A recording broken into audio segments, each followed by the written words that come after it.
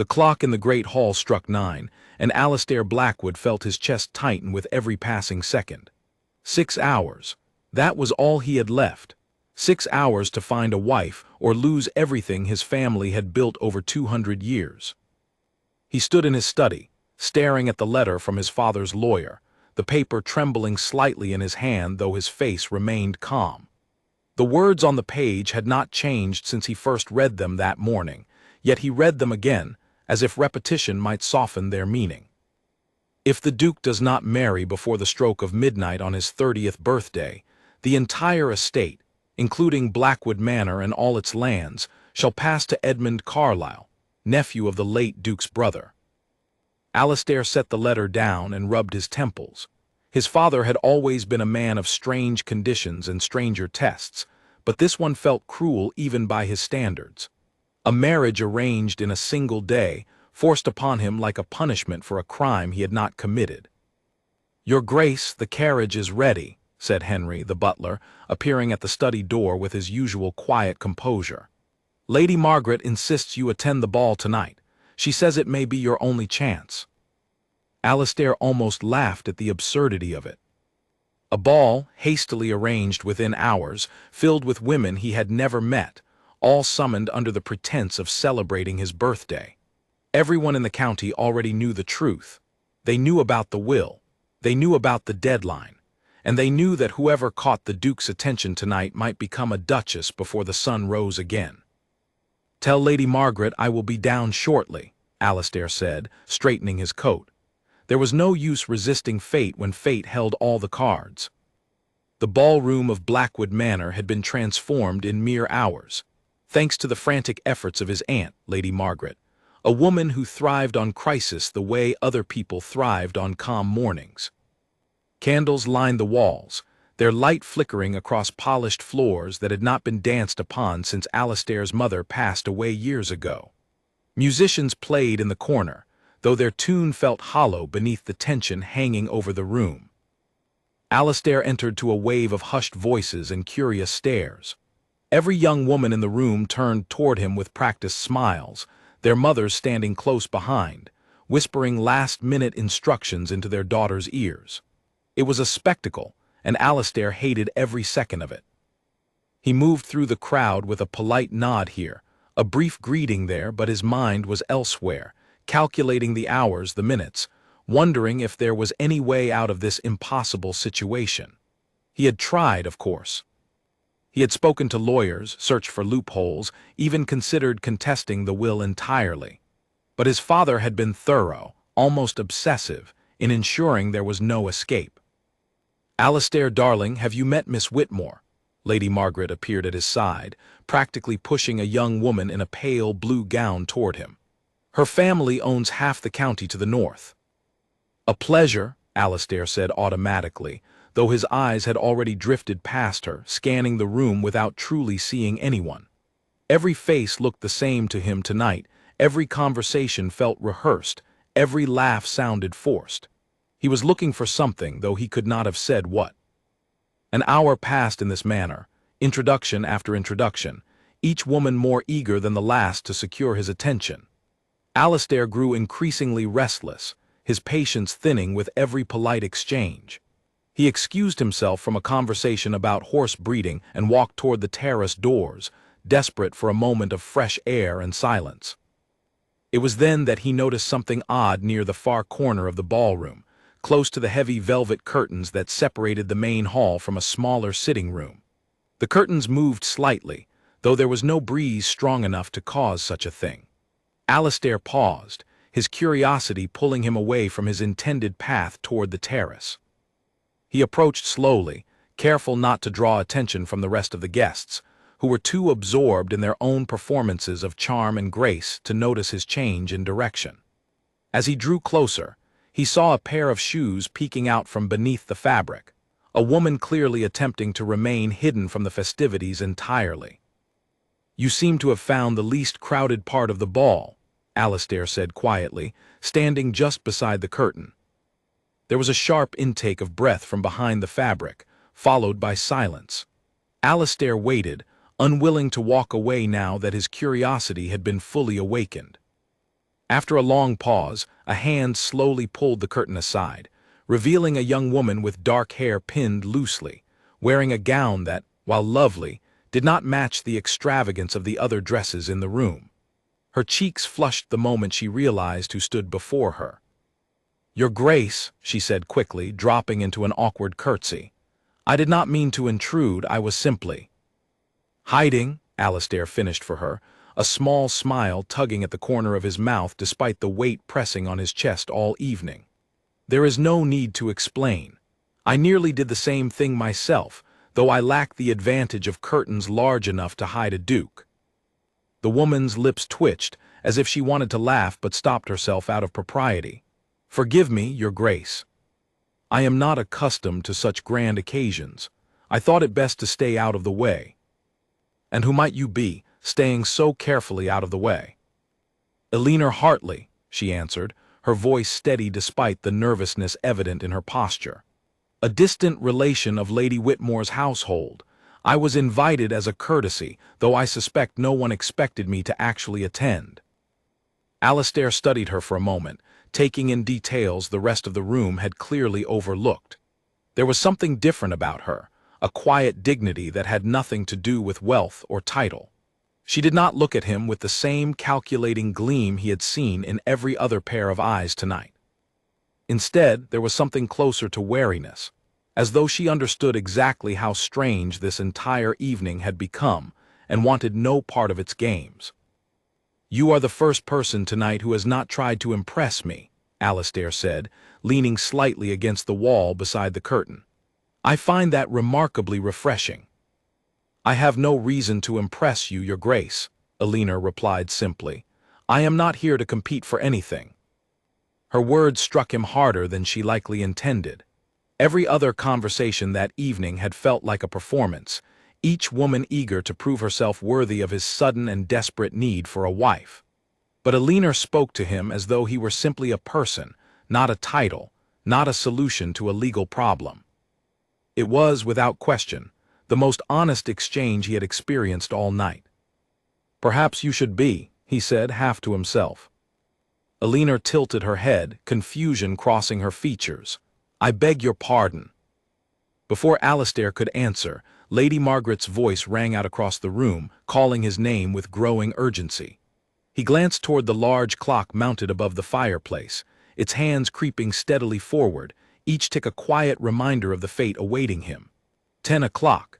2 hours had already vanished, swallowed by empty conversations and forced smiles. "I must return to the ball," Alastair said, though he found himself reluctant to walk away from this small, quiet corner of honesty. "It was a pleasure meeting you, Miss Hartley." Eleanor curtsied once more, this time with more ease than before. "The pleasure was mine, Your Grace." As Alastair walked back toward the crowd, his mind remained fixed on the woman behind the curtain, her simple honesty standing in sharp contrast to everything else surrounding him that night. He greeted more guests, endured more introductions, all while the weight of the ticking clock grew heavier with each passing minute. Yet no matter how many titled, wealthy, or beautiful women crossed his path, his thoughts kept drifting back to that quiet corner near the curtains.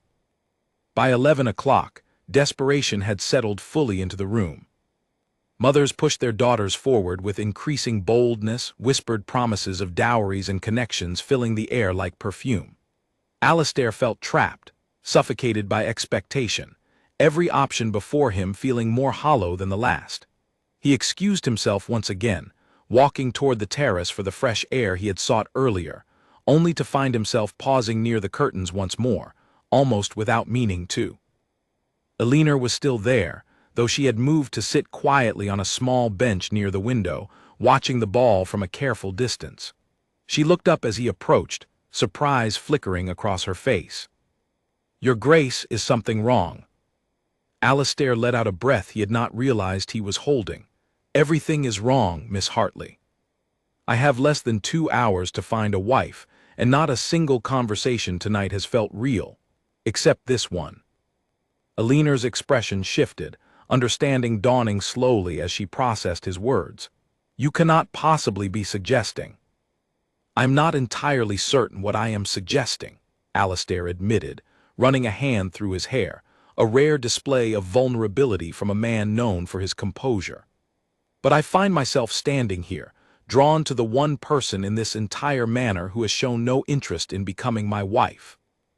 "That is precisely why it would be foolish," Elinor said carefully, though her voice lacked conviction.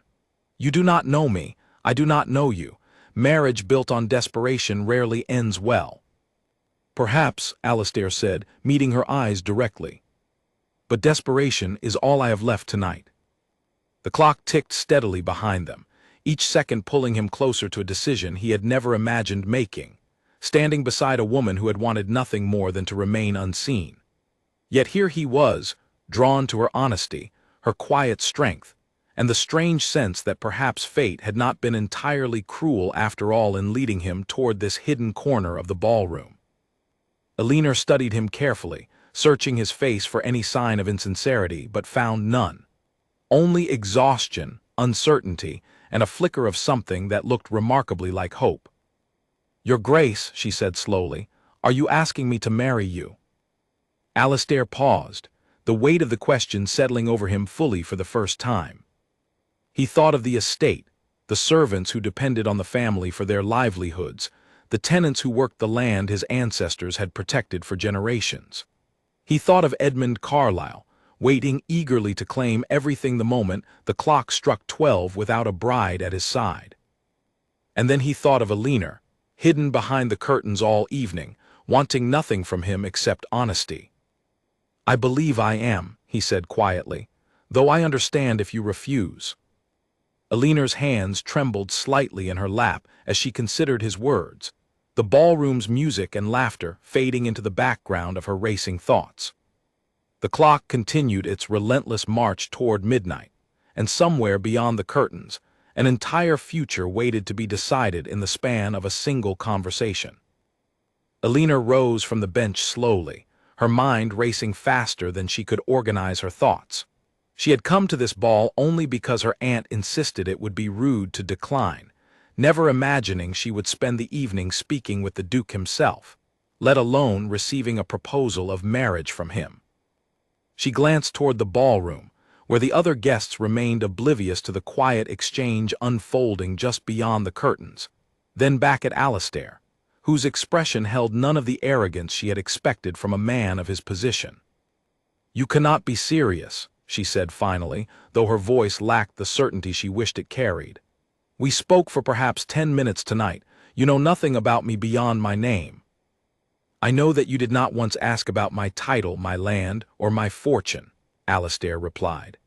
"I know that you spoke to me as though I were simply a man, not a solution to a problem. In a room full of calculated smiles, that alone makes you the most sensible choice I have encountered all evening." Elinor shook her head, pacing a few steps away before turning back to face him. "Sensible is not the word I would choose for marrying a stranger within the hour. Your Grace, I have my own circumstances to consider. I am not without responsibilities." "Tell me," Alastair said, genuine curiosity replacing the desperation in his voice. "What responsibilities keep you hidden behind curtains at a ball meant to celebrate a birthday you clearly did not wish to attend?" Elinor hesitated, weighing how much to reveal to a man she had known for less than an hour, yet something about his directness invited honesty in return. "My father passed 3 years ago, leaving debts I did not know existed until after his death. My mother and I have lived under my aunt's roof since then, dependent on her generosity, which she reminds us of daily.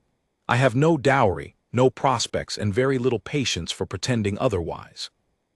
"Then perhaps we are more alike than either of us realized," Alastair said. "I stand to lose everything within the hour unless I marry, and you stand to gain nothing by remaining as you are.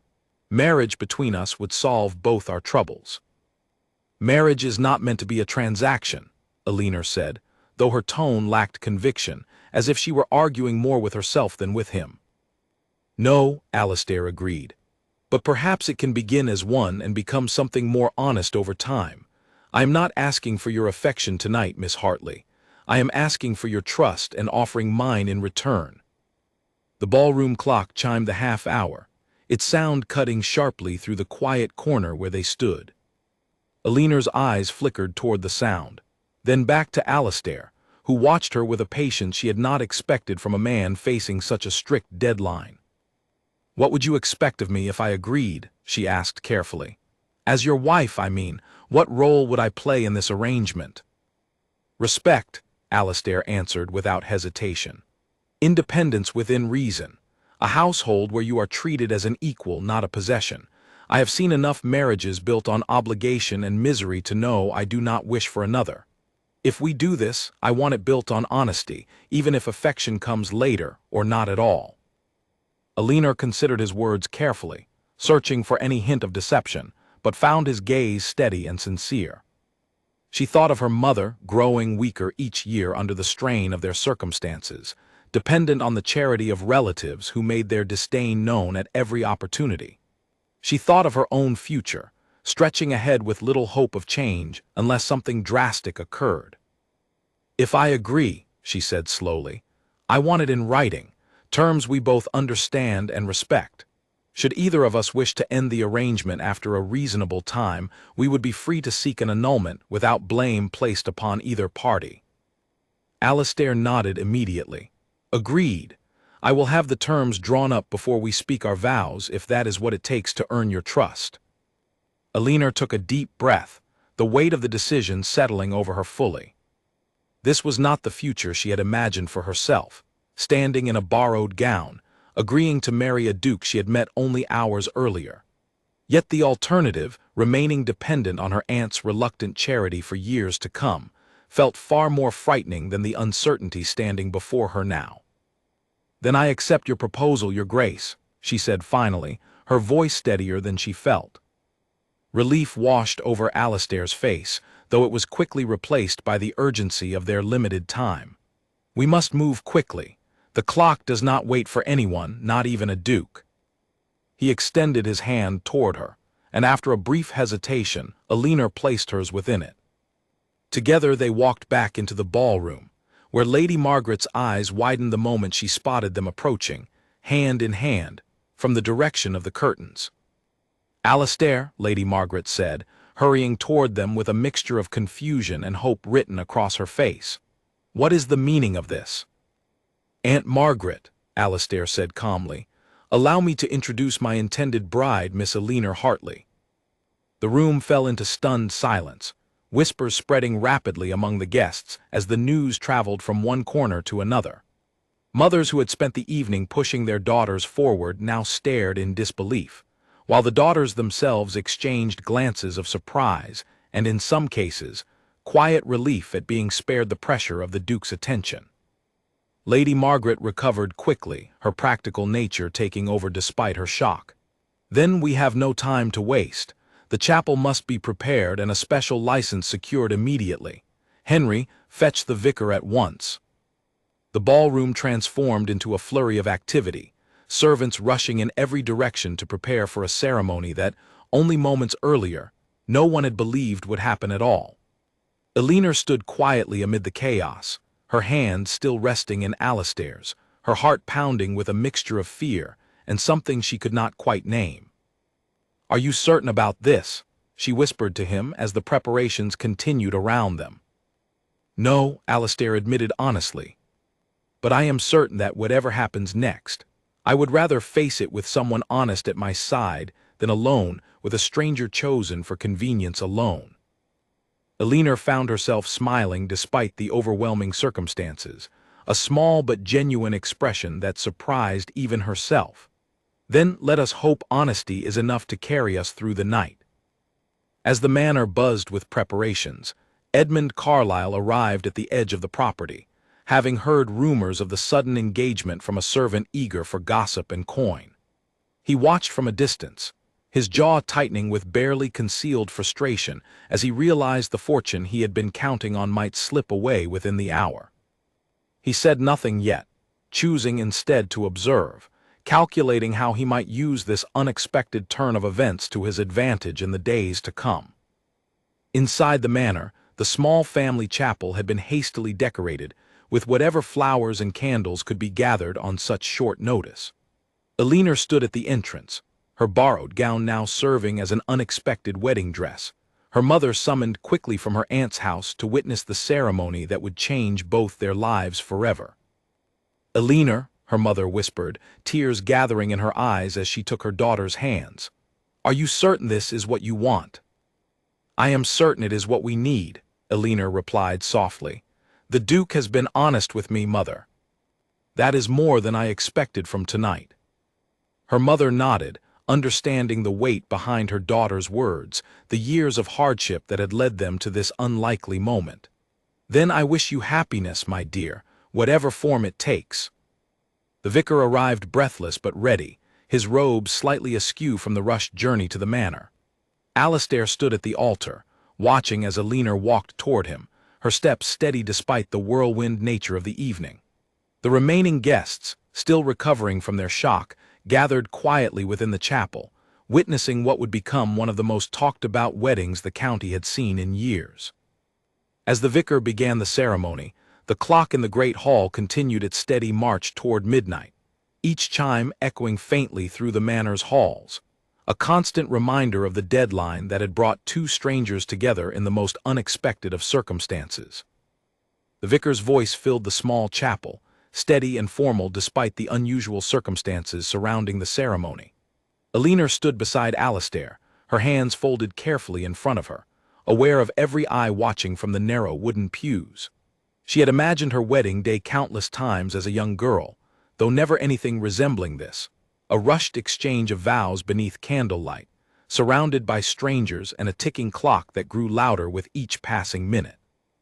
"Do you, Alastair Edward Blackwood, take this woman to be your lawfully wedded wife?" the vicar asked, his voice carrying easily through the quiet room.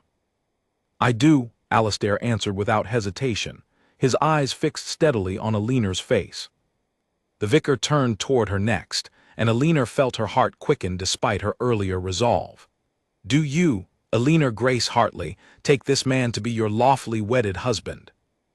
She glanced briefly toward her mother, who offered a small, encouraging nod from the front pew, then back at Alastair, whose expression held none of the impatience she might have expected from a man racing against time. Instead, there was something closer to gratitude, and perhaps even relief. "I do," Elinor said, her voice steady and clear. The vicar continued through the remaining words of the ceremony, though Elinor found her thoughts drifting between the solemnity of the moment and the strange sense of unreality surrounding it all. Only hours earlier, she had been hiding behind curtains, hoping to avoid notice entirely. Now she stood as the newly married Duchess of Blackwood, bound to a man she had known for less than 3 hours. As the vicar pronounced them husband and wife, a quiet murmur of relief spread through the small gathering of witnesses, most of whom understood the significance of the moment, even if they did not fully grasp the details behind it. Lady Margaret dabbed at her eyes with a lace handkerchief, though whether from joy or sheer exhaustion after the evening's chaos, no one could say for certain. Outside the chapel, the great hall clock struck 12, its chimes echoing through the manor with a finality that seemed to settle over everyone present. Alastair closed his eyes briefly at the sound, the weight of the deadline finally lifting from his shoulders. Whatever uncertainty lay ahead, the estate was safe, the terms of his father's will satisfied with mere minutes to spare. Edmund Carlyle, still lingering near the manor's outer gardens, heard the distant chimes and understood immediately what they meant. His jaw clenched tightly as he turned away from the lit windows, his plans for claiming the estate crumbling before they had ever truly begun. He said nothing to the servants nearby, choosing instead to disappear quietly into the night, though the frustration simmering within him would not fade so easily. Inside the chapel, the newly married couple accepted quiet congratulations from the small gathering of witnesses, though the formality of the moment felt strange to both of them. Elinor's mother embraced her tightly, whispering words of encouragement meant only for her daughter's ears, while Lady Margaret fussed over the arrangements for the wedding supper that would need to be hastily assembled given the circumstances. "You did well tonight," Alastair said quietly to Elinor as the small crowd began moving toward the dining hall.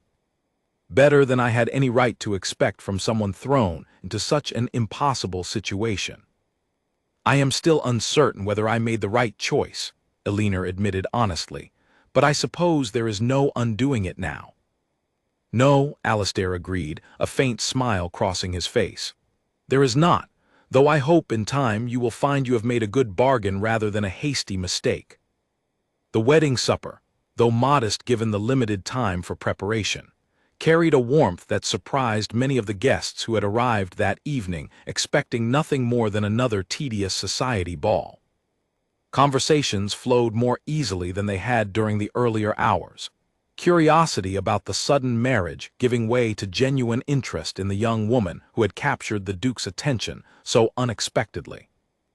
Elinor found herself seated beside Alistair at the head of the table, acutely aware of the many eyes still watching her every movement, evaluating her manners, her conversation, her worthiness of the title she now carried.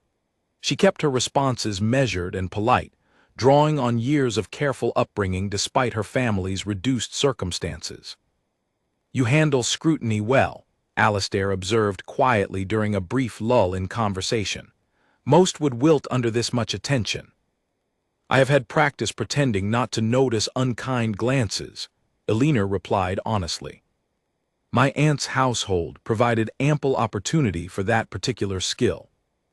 Alistair's expression softened slightly at her words, understanding more clearly now the difficult circumstances that had shaped the woman sitting beside him. "Those days are behind you now. Whatever else this marriage brings, you need not endure unkindness within these walls." As the evening wound down and guests began departing into the early hours of morning, Elinor found herself standing alone briefly near the tall windows of the dining hall, watching the last of the carriages disappear down the long drive. The manor, once filled with music and chatter, had grown quiet, leaving only the soft crackle of dying candles and the distant sound of servants clearing away the remnants of the hastily arranged celebration. "It has been quite a night," a voice said behind her, and Elinor turned to find Alistair approaching, his formal coat removed, leaving him in shirt-sleeves that made him appear far less intimidating than he had at the start of the evening. "Quite a night indeed," Elinor agreed, managing a tired smile. "I confess I never imagined my evening would end this way when I arrived at the ball hoping simply to avoid attention." "And instead you became a duchess," Alistair said, a note of genuine warmth entering his voice. "Fate has a strange sense of humor, it seems." "Strange indeed," Elinor murmured, glancing around the grand hall that would now serve as her home, though the thought still felt distant and unreal. "I hardly know where to begin adjusting to all of this." "You need not adjust to everything tonight," Alistair said gently. "There will be time enough for that in the days ahead. For now, perhaps rest is more important than adjustment." He led her toward the eastern wing of the manor, where a room had been hastily prepared for her, separate from his own chambers, a detail Elinor noticed with quiet relief given the practical nature of their arrangement. The room was elegant but simple, furnished with the kind of understated comfort that suggested careful thought rather than mere obligation. "This will be your chamber," Alistair explained, standing at the threshold rather than entering fully, a gesture of respect Elinor appreciated more than she expressed aloud. "I understand this arrangement began under unusual circumstances, and I want you to feel that this home is truly yours, not simply a place you have been placed within." "Thank you," Elinor said softly, genuinely touched by his consideration. "For everything tonight, for the honesty, and for treating me as more than simply a convenient solution to your troubles." "You are far more than that," Alistair replied, his voice carrying a sincerity that surprised them both. "Whatever this marriage becomes in the months ahead, I hope you will find that I meant every word spoken tonight." As he turned to leave her to rest, Elinor called softly after him, "Alistair." It was the first time she had used his given name without the formal title attached, and the shift did not go unnoticed by either of them. He paused, glancing back with an expression she could not quite read. "Yes. Thank you for choosing honesty tonight, even when it would have been easier to choose convenience alone." A faint smile crossed his face, warmer than any he had offered throughout the evening's formal proceedings. "Good night, Elinor. Welcome to Blackwood Manor." Alone in her new chamber, Elinor sat quietly on the edge of the unfamiliar bed, reflecting on the whirlwind events that had reshaped her entire life within the span of a single evening. Outside her window, the first hints of dawn began to color the horizon, marking the start of a new day, and an entirely new life she had never anticipated, but now found herself determined to face with whatever courage and honesty she could muster. Sleep did not come easily that night, her mind racing through the countless uncertainties awaiting her in the days ahead. Yet beneath the anxiety lingered something unexpected, a quiet flicker of hope that perhaps this strange arrangement, born from desperation and midnight deadlines, might yet grow into something genuine and lasting. Morning arrived at Blackwood Manor with a strange quiet, the kind that follows a storm long after the wind has settled. Elinor woke to unfamiliar surroundings, the tall ceilings and heavy drapery of her new chamber reminding her instantly that the previous night had not been a dream. She lay still for several minutes, listening to the distant sounds of the household stirring below, servants moving through hallways, the faint clatter of dishes being prepared for breakfast. A soft knock at her door interrupted her thoughts. A young maid entered, curtsying nervously before setting down a tray of tea and warm bread. "Good morning, Your Grace. Lady Margaret asked me to let you know breakfast will be served in the small dining room whenever you are ready." Elinor thanked her, still adjusting to the title now attached to her name, the strange formality of being addressed as something so far removed from the life she had known only a day earlier. She dressed carefully, choosing one of the modest gowns she had brought from her aunt's house, uncertain of what expectations awaited her within these unfamiliar walls. The small dining room felt considerably less intimidating than the grand hall from the previous night, though Elinor still found herself hesitating at the threshold before entering. Alastair was already seated, a newspaper folded beside his plate, though he set it aside the moment she appeared. "Good morning," he said, rising briefly as she took her seat. "I trust you managed some rest despite everything." "Some," Elinor admitted honestly, "though I confess my mind has not yet caught up with the events of last night." "Understandable," Alastair replied, pouring her a cup of tea before she could reach for the pot herself, a small gesture that surprised her given his position. "I imagine there is a great deal to adjust to, and I do not expect it to happen overnight, regardless of how quickly last night's events unfolded." Their conversation remained polite but careful throughout breakfast, both of them navigating the delicate space between strangers and spouses, uncertain how quickly familiarity should be allowed to grow. Lady Margaret joined partway through the meal, her energy considerably restored from the previous night's chaos, already discussing plans for introducing Elinor properly to the household staff and the wider community. "There will be talk, of course," Lady Margaret said matter-of-factly, buttering a piece of toast with brisk efficiency.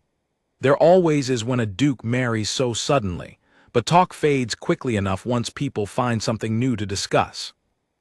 "I am not concerned with talk," Elinor said, though a flicker of unease crossed her expression. "I am more concerned with earning my place here properly, rather than simply being tolerated as a necessary solution to a legal matter." Alastair glanced at her, something like admiration crossing his features. "You will find no shortage of opportunity to prove yourself, should you wish it, though I would remind you that you owe no one proof of your worth. You are the Duchess of Blackwood now, regardless of how that title came to be yours." After breakfast, Lady Margaret insisted on giving Elinor a proper tour of the manor, guiding her through room after room, each more grand than the last. Elinor tried to commit the layout to memory, though the sheer size of the estate made the task feel nearly impossible. Portraits of previous dukes and duchesses lined the long gallery, their painted eyes seeming to follow her as she passed, a silent reminder of the legacy she had unexpectedly married into. "That is Alastair's mother," Lady Margaret said softly, pausing before a particularly striking portrait of a woman with kind eyes and an elegant posture. "She passed when he was still quite young. I believe he sees a great deal of her gentleness in unexpected places, though he rarely speaks of her." Elinor studied the portrait carefully, noting the resemblance in the shape of the eyes, the set of the jaw. He must have loved her greatly. He did, Lady Margaret confirmed. Her loss changed him, made him more guarded than he might have been otherwise. I tell you this only so you might understand him a little better, should the need arise. The tour continued through the library, the music room, and finally the extensive garden surrounding the manor, where Elinor found herself drawn to the quiet beauty of the space, a welcome contrast to the overwhelming grandeur of the interior rooms. She lingered near a small pond, watching sunlight ripple across its surface, grateful for a moment of peace amid the whirlwind of new information. It was there that she encountered her first true difficulty since arriving at Blackwood Manor. A woman approached from the direction of the servants' entrance, her expression carrying an unmistakable coldness despite her polite curtsy. "Your Grace," the woman said, her tone carrying the faintest edge of disdain beneath its formal politeness. "I am Charlotte, head housekeeper of Blackwood Manor. I trust your tour has been informative." "Very much so," Elinor replied carefully, sensing the underlying tension despite the woman's proper greeting. "Thank you for your service to this household."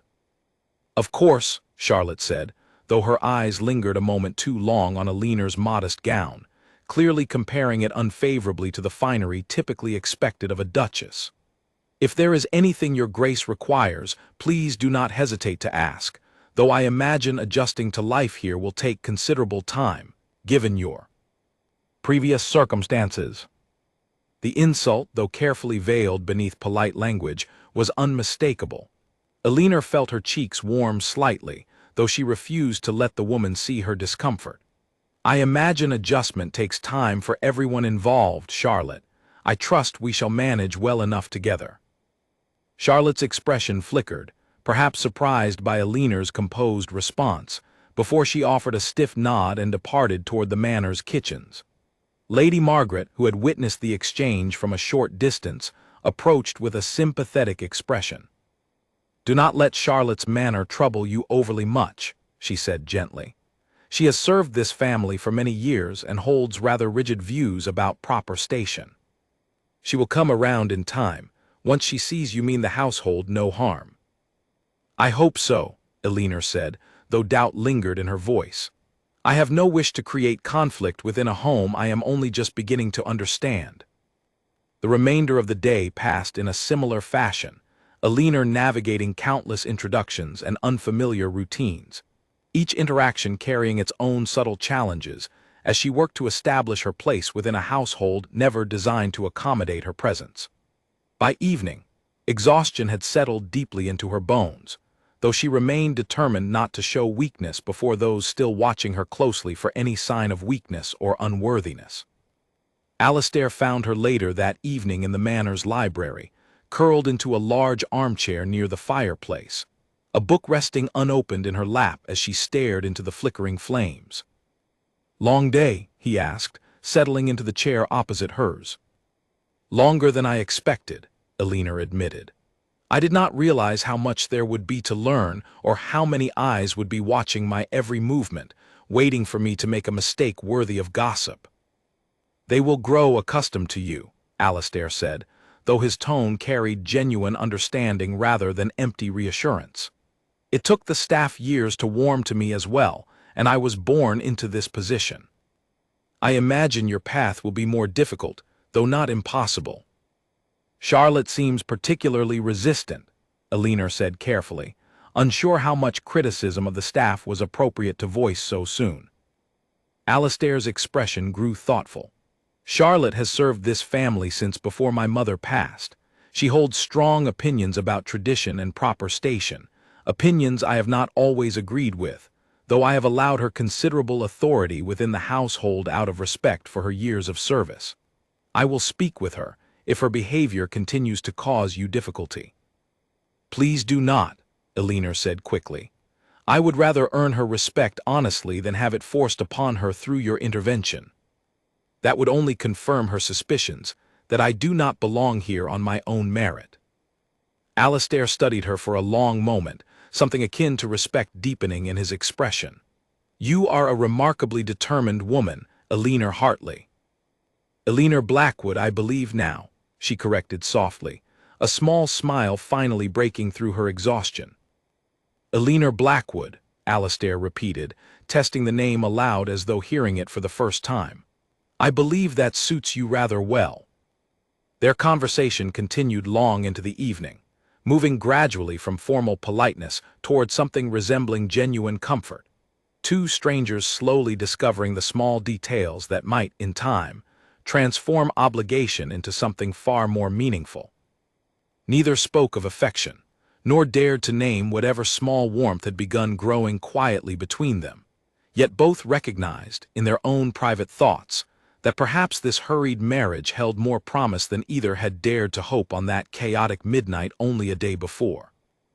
Weeks passed at Blackwood Manor, and with them came a slow but steady rhythm to Eleanor's new life.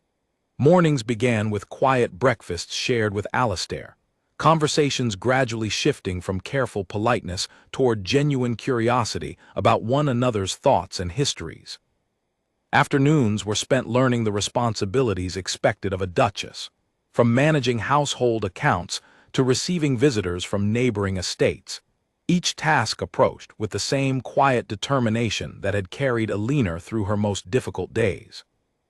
Charlotte's coldness softened gradually, though not without effort on Eleanor's part. She made a point of learning the names of every servant within the household, thanking them personally for tasks often overlooked by those born into privilege, and addressing mistakes with patience rather than the sharp criticism Charlotte had clearly expected from a new mistress eager to assert her authority. You handled the linen dispute rather well this morning, Alastair observed one afternoon, finding Eleanor in the study reviewing household ledgers with careful attention. Charlotte mentioned it to me, though I suspect she did not intend the comment as praise.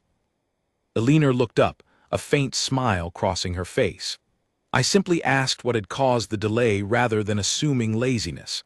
It turned out the delivery cart had broken a wheel on the northern road, hardly a matter requiring reprimand.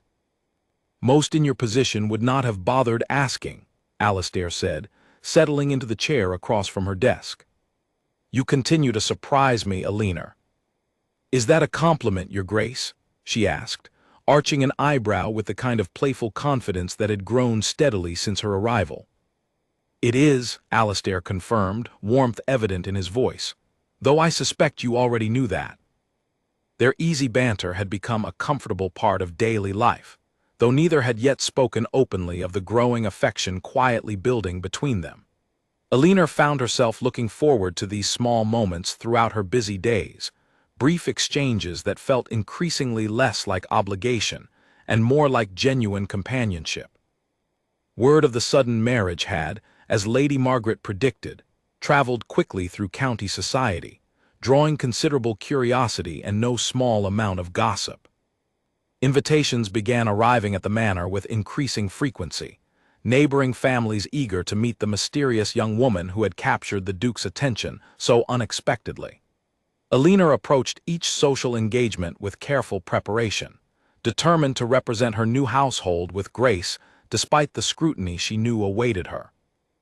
It was during one such gathering, a garden party hosted by a prominent local family, that Eleanor first encountered Edmund Carlyle since the night of her wedding. She recognized him immediately from Alastair's earlier descriptions, a tall man with sharp features and an expression that carried more calculation than warmth. Duchess Blackwood, Edmund said, approaching with a bow that felt more mocking than respectful. How fortunate for you, securing such a favorable match on such short notice. I confess I did not expect the Duke to find a bride so quickly, given the circumstances. Fortune favored us both, it seems, Eleanor replied evenly, refusing to let his condescending tone unsettle her composure. Though I understand you had rather different hopes for how the evening might conclude. Edmund's smile tightened slightly at her direct response. Indeed, though I bear no ill will toward the outcome, family fortune has a way of finding its rightful place eventually, regardless of temporary obstacles. The veiled threat in his words did not escape Eleanor's notice, though she maintained her polite expression throughout the remainder of their brief exchange. When Alastair joined her shortly afterward, She relayed the conversation carefully, watching his expression darken with concern. "Edmund has never accepted losing gracefully," Alastair said, his jaw tight with barely restrained frustration. "I would ask that you avoid conversation with him whenever possible. He is not to be trusted, particularly now that his hopes of inheritance have been dashed." "I am not afraid of him," Elinor said firmly, though she appreciated the protective concern evident in Alastair's tone. "But I will heed your caution if it eases your mind." Despite the unsettling encounter, the following weeks continued largely without incident, Elinor gradually settling more comfortably into her role as Duchess, her relationship with Alastair deepening in ways neither had fully anticipated when they first exchanged vows beneath rushed candlelight. Small gestures of consideration became more frequent between them, quiet moments shared over evening tea, thoughtful conversations that stretched long into the night, a growing sense of partnership replacing the careful distance that had once defined their arrangement. One evening, as autumn began settling over the estate's extensive gardens, Alastair found Elinor walking alone among the changing leaves, her expression thoughtful as she paused beside the same pond where she had first encountered Charlotte's coldness months earlier. "You seem lost in thought," he observed, joining her beside the water's edge. "I was thinking of how different my life has become," Elinor admitted, watching the last golden light of evening reflect across the pond's surface. "A few months ago, I could not have imagined any of this, not the manner, not the title, and certainly not." She paused, hesitant to continue. "Not what?" Alastair prompted gently. Elinor turned to face him fully, her expression carrying a vulnerability she had rarely allowed herself to show since arriving at Blackwood Manor. "I did not expect to find genuine friendship in this arrangement. I did not expect to look forward to our conversations, or to feel disappointed on the rare evenings you are called away on estate business." Alastair's expression softened considerably at her admission, something warm and unguarded crossing his features. "I feel much the same, Elinor. What began as necessity has become something I find myself grateful for each day. I did not anticipate finding such comfort in your presence, yet here I am, admitting it freely." The quiet moment between them carried a weight neither had expected, two people who had entered marriage as strangers now standing on the edge of something far more meaningful than either had dared to hope for on that chaotic midnight months before. Neither spoke further that evening, though the unspoken understanding between them had shifted, subtle but undeniable, like the first quiet signs of a changing season. As they walked back toward the manor together, neither noticed the figure watching quietly from beyond the garden wall, Edmund Carlisle's expression carrying a calculating coldness as he observed the growing closeness between the Duke and his unexpected bride. Whatever plans had begun forming in his mind since losing his claim to the estate, the evident happiness between Alastair and Elinor only strengthened his determination to find some way of unraveling what fate had so unfairly denied him. He turned away quietly into the gathering darkness, his mind already working through possibilities, searching for any weakness in Elinor's background that might yet be used to challenge the legitimacy of a marriage that had cost him everything he believed rightfully his. Edmund Carlisle spent the following weeks gathering whatever information he could find about Elinor's past, traveling to the small village where she had grown up before her father's death left the family in debt. He questioned shopkeepers, former neighbors, and anyone willing to speak about the Hartley family's fall from modest respectability into genuine hardship. Most of what he learned confirmed only Elinor's honesty about her circumstances, though he remained determined to find something, anything, that might cast doubt on her suitability as Duchess.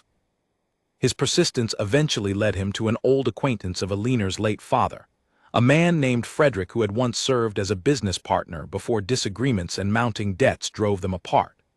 Frederick, bitter over losses he blamed partly on Elinor's father, proved more than willing to share exaggerated stories and half-truths in exchange for a modest sum of money. The Hartleys were drowning in debt long before the father passed, Frederick told Edmund over drinks at a quiet tavern. There were whispers of dishonest dealings, money borrowed that was never properly repaid. I imagine the daughter knows more about those debts than she has ever admitted publicly. Edmund listened carefully, recognizing an opportunity even within Frederick's clearly biased account. Whether entirely true or not, such rumors, properly presented, could create considerable doubt about Aliner's character among the very society circles she had worked so hard to earn acceptance within. Meanwhile, back at Blackwood Manor, life continued its steady rhythm, unaware of the storm quietly gathering beyond its walls.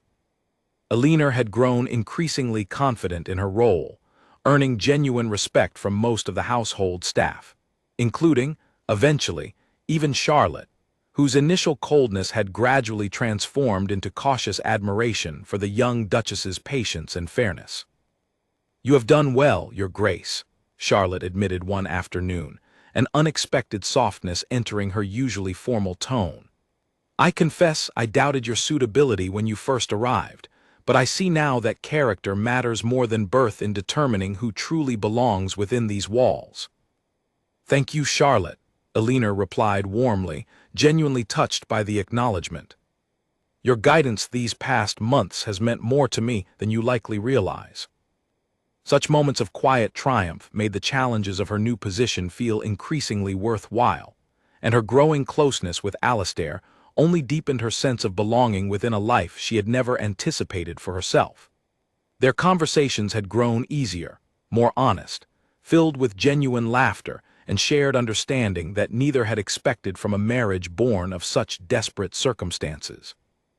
It was during a formal dinner hosted at Blackwood Manor, attended by several prominent families from across the county, that Edmund Carlisle chose to unveil the rumors he had spent weeks carefully constructing. He arrived uninvited, though propriety prevented Alistair from turning away a relation entirely, and positioned himself strategically near a group of influential guests during a lull in conversation. "I understand there are questions surrounding the late Hartley estate," Edmund said, his voice carrying just loud enough to draw attention from nearby guests. "Debts left unresolved, business dealings that never quite added up properly. I wonder if our new Duchess has been entirely forthcoming about her family's history." The conversation around him quieted noticeably, curious glances turning toward Aliner, who had been engaged in pleasant discussion only moments before. She felt her stomach tighten with sudden apprehension, though years of careful composure allowed her to maintain an outwardly calm expression despite the alarm building within her. "I am uncertain what you mean, Edmund," Aliner said evenly, turning to face him directly rather than allowing the accusation to fester unanswered. "My father's debts were the result of unfortunate circumstances, not dishonesty. I have never hidden the difficulties my family faced."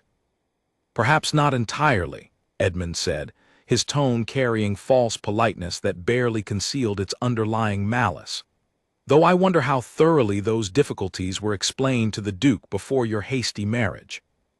Desperate circumstances have a way of encouraging convenient omissions." Alistair, who had been engaged in conversation across the room, moved quickly toward the growing tension, his expression darkening as he registered the direction of Edmund's insinuations. "Edmund, I would advise choosing your words with considerably more care." "I mean no offense, cousin," Edmund said smoothly, though his eyes carried a challenge that suggested otherwise. "Merely raising questions any reasonable person might consider, given the unusual circumstances surrounding your marriage. Surely the truth need not be feared, if there is nothing to hide." The gathered guests watched the exchange with undisguised interest, whispers already beginning among those eager for fresh gossip to carry back into wider society circles. Aliner felt the weight of their scrutiny pressing heavily upon her, years of careful effort to earn acceptance suddenly threatened by rumors she had never anticipated facing so publicly. "There is nothing to hide," Aliner said firmly, drawing herself up with quiet dignity despite the discomfort of the moment. "My father made unfortunate business decisions that led to considerable debt. That is the truth, plainly stated. I see no reason for further explanation, particularly to those seeking scandal rather than genuine understanding." Edmund's expression flickered with something close to admiration for her composure, though frustration quickly replaced it as he realized his attempt to unsettle her had not achieved the reaction he desired. Admirable confidence, Duchess, though I wonder if such confidence would remain steady under closer examination of certain financial records. That is enough, Alastair said sharply, stepping fully between Edmund and the gathered guests, his voice carrying unmistakable authority. You have made your insinuations clear enough, Edmund. I would remind you that you are a guest within my home, uninvited as you may be, and I expect you to conduct yourself accordingly, or leave immediately. Tension hung thick in the air as Edmund considered his options, clearly weighing whether further provocation would serve his purposes, or simply confirm his reputation as a bitter, spiteful relation unable to accept his lost inheritance gracefully. After a long moment, he offered a shallow bow, though his eyes remained fixed on Alinar with barely concealed resentment. Forgive my candor, Edmund said, his tone carrying no genuine apology. I merely wish to ensure the family's reputation remains beyond reproach. I shall take my leave, though I suspect this conversation is far from finished. He departed shortly afterward, leaving behind a room filled with uncertain silence and lingering questions that Alinar knew would continue circulating through county society regardless of how the evening's confrontation had ultimately concluded. She felt Alastair's hand settle protectively at her back, a silent gesture of support amid the unwelcome scrutiny surrounding them both. "Are you well?" he asked quietly, once the remaining guests had resumed their conversations, though the earlier warmth of the evening had noticeably dimmed. "I will manage," Alinar said, though exhaustion had crept into her voice. "I simply did not expect my past to be used so publicly against me, particularly not within our own home." "Edmund will not succeed in his attempts to unsettle us," Alastair said firmly, though concern remained evident beneath his reassuring tone. "Whatever rumors he spreads, they will not change the truth of who you are, nor the respect you have rightfully earned within this household." Despite his confident words, both understood that Edmund's public accusations, however unfounded, had planted seeds of doubt that would likely continue growing within wider society circles, threatening the hard-won acceptance Alinar had worked so diligently to establish since her unexpected arrival at Blackwood Manor months earlier. In the days following the dinner party, whispers of Edmund's accusations spread through county society with the speed such gossip always seems to travel, regardless of its accuracy. Alinar noticed the subtle shift in how some acquaintances greeted her during visits, a slight coolness replacing the warmth she had worked months to cultivate. Invitations that had once arrived regularly began slowing, and those that did come carried a certain formal distance that had not existed before Edmund's public accusations. "I have received a letter from Lady Winters," Alinar said one morning, setting the paper down with a heavy sigh as she joined Alastair for breakfast. "She has withdrawn her invitation to the autumn gathering, citing a sudden change in her guest list arrangements. I suspect the true reason has little to do with scheduling."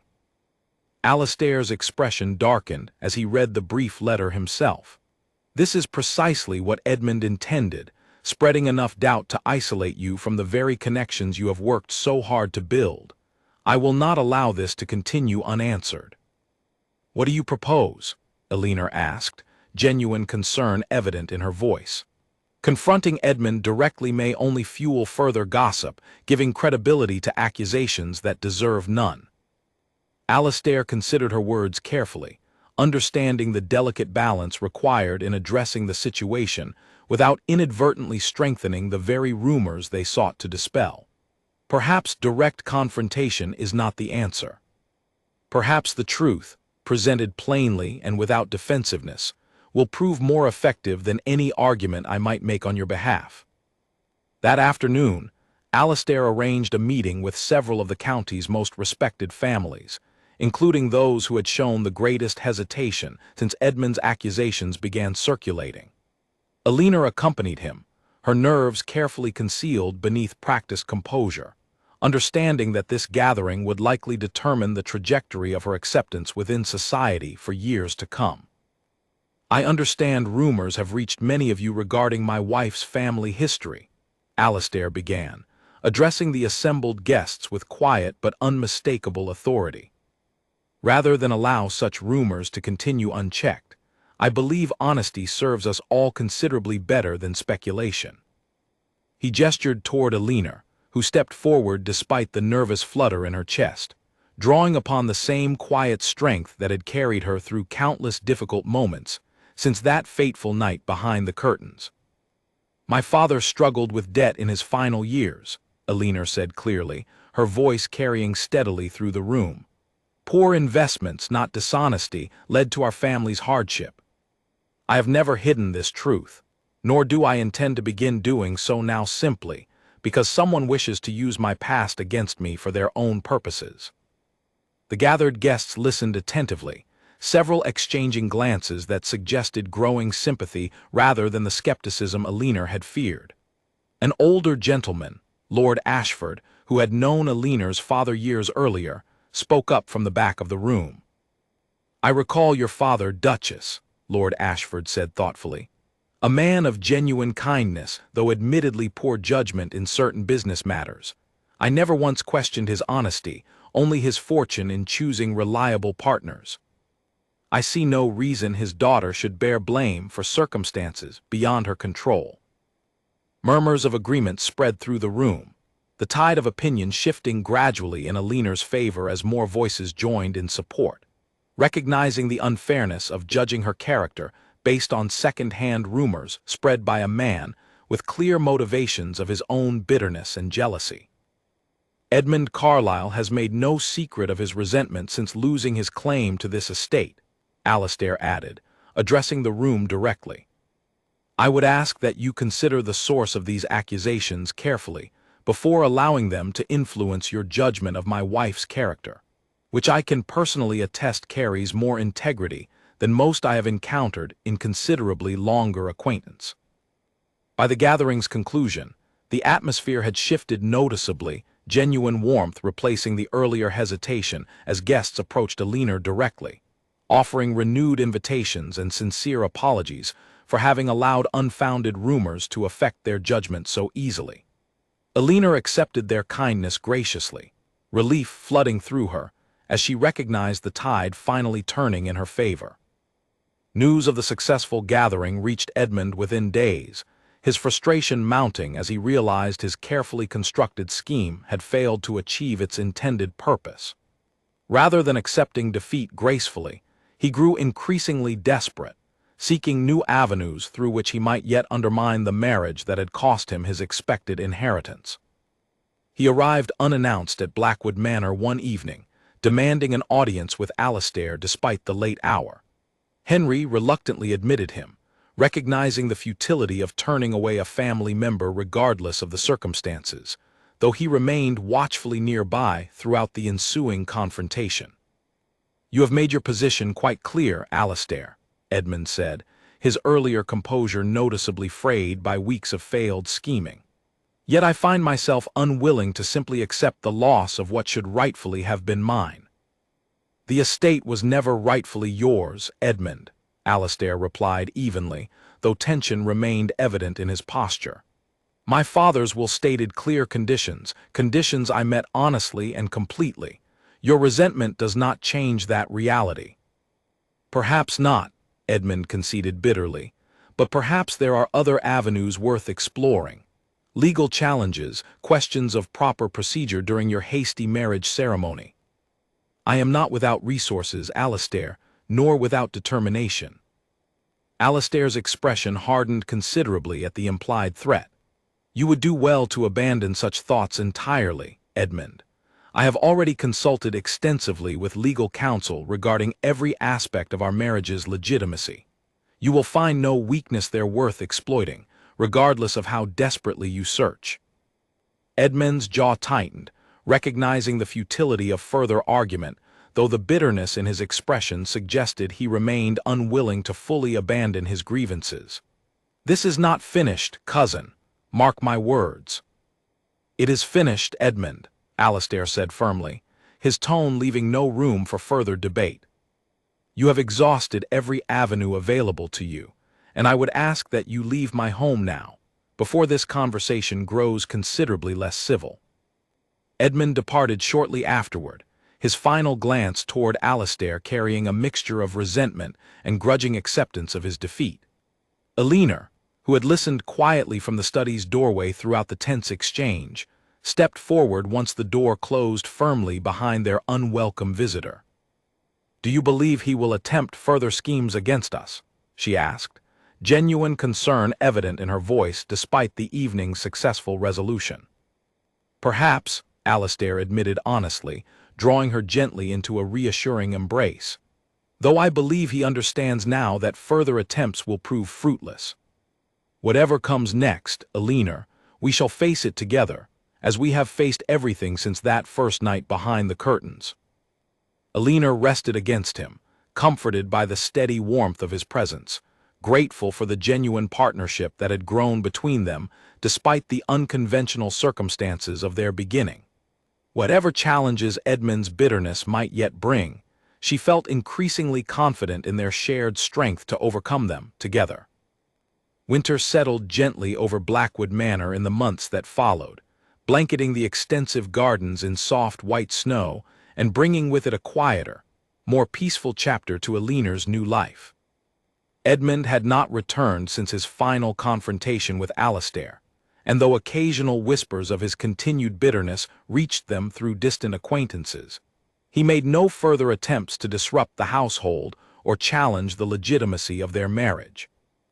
Elinor found herself increasingly comfortable within the rhythms of her new life, her relationship with the household staff continuing to strengthen through genuine warmth and mutual respect. Charlotte had become something of an unexpected ally, offering guidance freely whenever Elinor faced unfamiliar challenges, and even Lady Margaret's initial hesitations had long since transformed into genuine affection for her nephew's unconventional bride. It was during a quiet evening in early winter, snow falling steadily outside the library windows, that Alistair finally spoke the words that had been building quietly between them for months. Elinor sat near the fireplace, a book resting forgotten in her lap as she watched the flames dance, when Alistair settled into the chair beside her, his expression carrying a seriousness that immediately caught her attention. "Elinor," he began, his voice carrying an unfamiliar note of vulnerability, "when we married, I offered you honesty rather than affection, understanding that whatever came after would develop naturally, if at all. I find myself now needing to be honest about something I did not fully anticipate feeling." Elinor set her book aside completely, giving him her full attention, her heart quickening slightly at the sincerity evident in his tone. "What is it, Alistair?" "I have fallen in love with you," he said simply, the words carrying a weight and honesty that filled the quiet room. "Not out of obligation, nor gratitude for saving my estate, but genuinely, completely, in ways I did not believe myself capable of feeling again after losing my mother so young. You have shown me kindness, strength, and honesty that I did not know I needed until you offered it so freely." Elinor felt tears gathering unexpectedly in her eyes, months of careful restraint finally giving way to the genuine emotion she had long harbored, but never dared to voice aloud. "I have felt the same, Alistair, though I feared speaking of it might complicate an arrangement that began with such careful, practical terms." "Practical terms matter little now," Alistair said, reaching gently for her hand. "What matters is the truth between us, the same honesty that brought us together on that impossible night. I no longer wish for an arrangement built merely on convenience, Elinor. I want a marriage built on genuine love, if you will have it." "I already have it," Elinor said softly, her voice trembling with quiet joy. "I have had it for some time now, though I did not know how to name it properly until this moment." Alistair drew her gently into his arms, the embrace carrying none of the careful distance that had once defined their earliest interactions, replaced instead by genuine warmth and affection that had grown steadily since that chaotic midnight months before. Outside, snow continued falling softly over the gardens, blanketing the estate in peaceful quiet, while inside, two people who had begun as strangers bound by desperate circumstance finally acknowledged the genuine love that had grown quietly between them. News of their happiness spread gradually through the household and eventually through county society, replacing whatever lingering doubts Edmund's earlier accusations had planted with genuine admiration for a marriage that had transformed from practical necessity into authentic devotion. Lady Margaret, upon learning of their mutual declaration, could not resist a satisfied smile, having suspected such an outcome long before either Alastair or Alina had been willing to admit it themselves. "I always believed you two suited each other perfectly," she said during a family dinner shortly afterward, raising her glass in a warm toast. "Fate has a curious way of arranging things properly, even when circumstances suggest otherwise." As spring eventually returned to Blackwood Manor, bringing fresh blooms to the gardens where Alina had once walked in quiet uncertainty, she found herself reflecting on the remarkable journey that had led her from hiding behind ballroom curtains to standing confidently as the beloved Duchess of Blackwood.